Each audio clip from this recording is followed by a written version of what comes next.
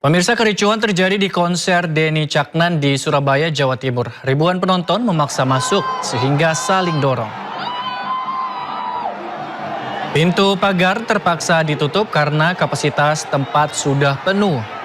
Antusiasme penonton cukup tinggi karena konser Denny Caknan digelar gratis.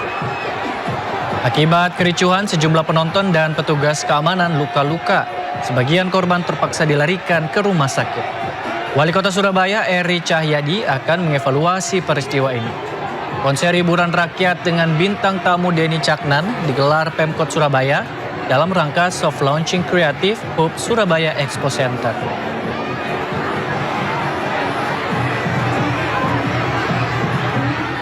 Jadi evaluasi yang kita lakukan adalah nanti kita lihat bahwa itu sebenarnya kan untuk kegiatan anak muda. Itu sudah dievaluasi, apakah banyak dari luar atau apa kono bis-bisan barang. Katanya begitu. Jadi kan gratisan itu juga pemicu. Enggak, tapi seperti lainnya kegiatan Pemkot pasti gratis. Tapi sebenarnya kan sebelumnya kita pasti pakai gelang yang warga Surabaya yang datang. Tapi kemarin katanya sampai ono bis-bisan ya. Makanya saya coba tanyakan ya sama teman-teman yang di lapangan, juga saya tanyakan nanti ke yang datang, baik anggota DPRD maupun Pak Wali, kenapa kejadiannya, karena apa. Sebuah kamera pengawas atau CCTV merekam detik-detik dua orang pria tak dikenal yang nekat membakar pintu pagar rumah seorang warga di kawasan Pondok Petir, Sawangan, Kota Depok. Meski tidak ada korban jiwa, aksi nekat ini kini tengah dalam penyelidikan intensif pihak kepolisian.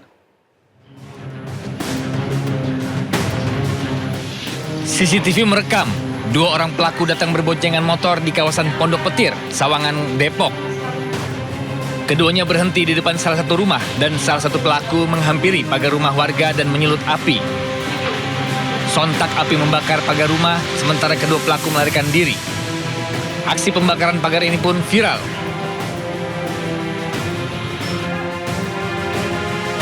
Polisi juga bergerak cepat dengan melakukan olah TKP dan hasilnya petugas menemukan indikasi kuat unsur kesengajaan di mana tercium bau bensin yang menyengat pada area pagar rumah yang dibakar. Sementara motif pelaku masih belum diketahui. Polisi juga masih mengumpulkan bukti serta memeriksa saksi guna penyelidikan. Dari Depok, Jawa Barat, Yung Rizky, iNews melaporkan. Pemirsa, laboratorium memproduksi narkotika di apartemen di Pademangan, Jakarta Utara digerebek polisi. 3 pelaku ditangkap beserta barang bukti bahan baku etomidate. Polisi menggerebek apartemen yang dijadikan clandestine atau laboratorium gelap pembuatan narkoba. 3 pelaku ditangkap termasuk seorang wanita. Dari tangan mereka disita 195 cartridge vape mengandung etomidate. Ketiga pelaku juga menunjukkan apartemen di kawasan BSD Tangerang Selatan yang juga memproduksi narkotika ini. Sebagai barang bukti, disita bahan baku etomidate, ribuan cartridge kosong siap isi, dan alat produksi.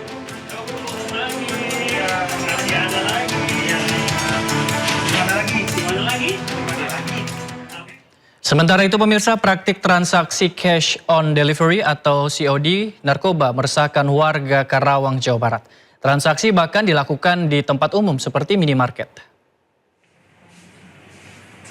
Dalam kamera CCTV, seorang pria dengan gerak-gerik mencurigakan berada di minimarket. Pelaku mencari sesuatu di etalase yang dipenuhi barang dagangan. Aktivitas ini diduga berkaitan transaksi narkotika dengan sistem COD. Meski diperingati pengunjung lain, pria malah melempar botol.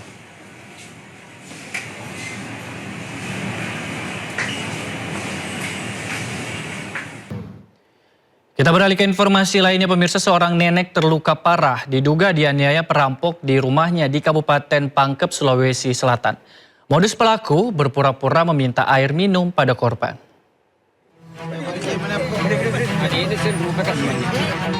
Nenek 83 tahun ini dievakuasi usai ditemukan bersimbah darah di dalam rumahnya di Desa Anisipito, Kecamatan Makrang, Pangkep, Sulawesi Selatan.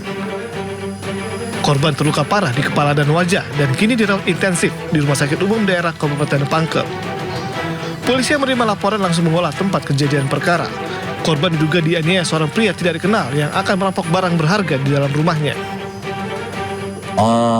Motifnya itu Kami masih mendalami dulu karena korban ini hanya sempat berbicara waktu di puskesmas itu bahwa dia didatangi seorang laki-laki, kemudian minta air.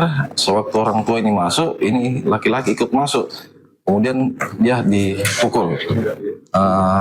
Dari siang hari, sore sampai malam kami komunikasi dengan korban, dia belum bisa terlalu banyak berbicara. Hingga kini polisi masih memburu pelaku dan mengumpulkan keterangan sejumlah saksi terkait kejadian ini. Dari Pangkep, Sulawesi Selatan, Udin Sahrudin, Ainus melaporkan. Pemirsa, demi harta dan nikahi selingkuhan, seorang nenek di Banyumas, Jawa Tengah tega membunuh suaminya.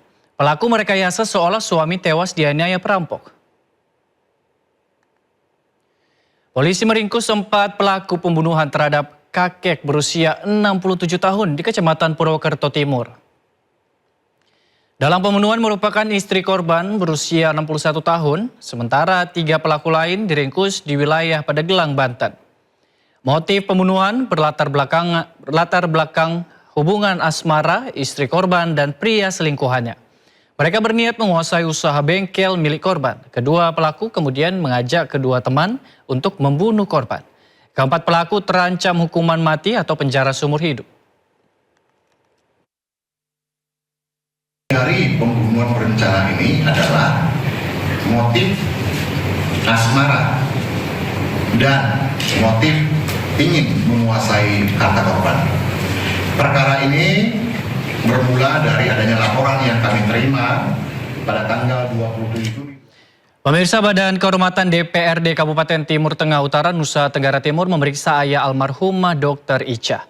Hasil pemeriksaan akan dibawa ke rapat paripurna untuk menentukan sanksi 3 anggota DPRD yang dilaporkan.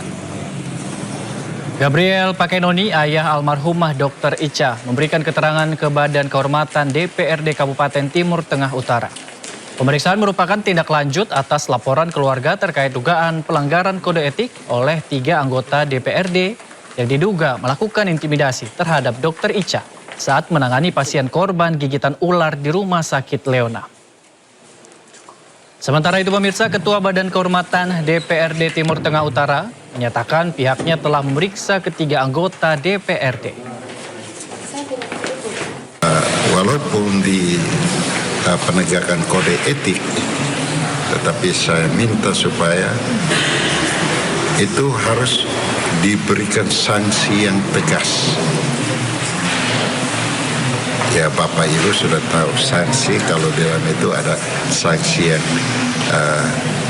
lisan dan tertulis. Terus sanksi yang ringan, sedang, dan berat. Ini Bapak